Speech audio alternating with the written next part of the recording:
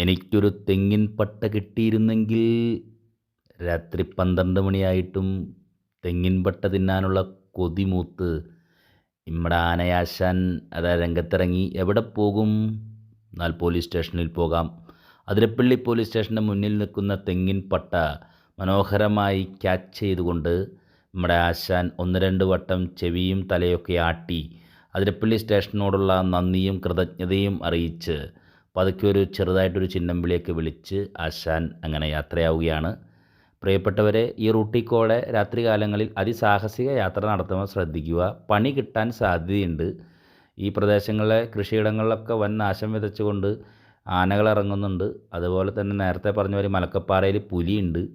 അപ്പോൾ ഇത്യാദി സംഭവങ്ങൾ ഉള്ളതുകൊണ്ട് അവനവൻ ശ്രദ്ധിക്കുക. അതിസാഹസികമായ യാത്രകൾ നടത്തി എന്നേക്കുമായി സാഹസികതയിലേക്ക് ആഴ്ന്നിറങ്ങാതെ സ്വന്തം ജീവനെ സംരക്ഷിക്കുക എന്ന് മാത്രമാണ് പറയാനുള്ളത്. നന്ദി, നമസ്കാരം.